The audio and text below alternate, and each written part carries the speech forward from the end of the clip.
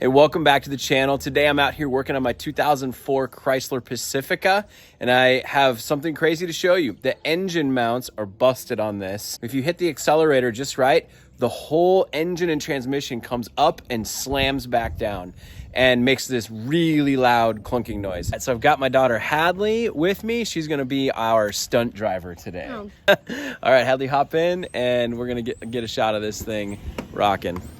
Hadley, so on the count of 3, you're gonna gun it. Ready? You can drive. Okay, on the count of 3. 1, 2, 3, go. Woo, did you see that?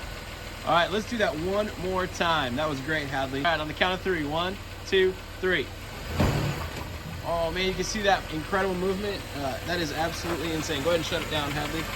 I've actually replaced the engine mounts and done all of the work needed to secure it once before, but it's just kind of busted those things again, and it's not working. Now, part of the problem is the engine mount at the very front of the engine, where that bolt goes into the engine block for that mount, is actually stripped out because the case, the engine block is aluminum, and somehow, somewhere along the life of this car, it got stripped out and it busted. Also, the engine mount on the transmission side also has an issue where that bolt is stripped out. So if you've got major clunking like that coming from your 2004 Chrysler Pacifica, check your motor mounts and your transmission mount and see what happens. I hope, I don't have any solutions for you except replace it all, replace your mounts.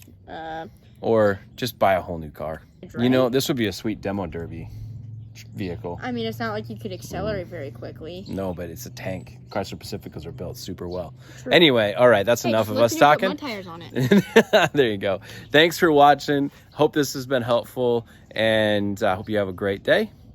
See you soon.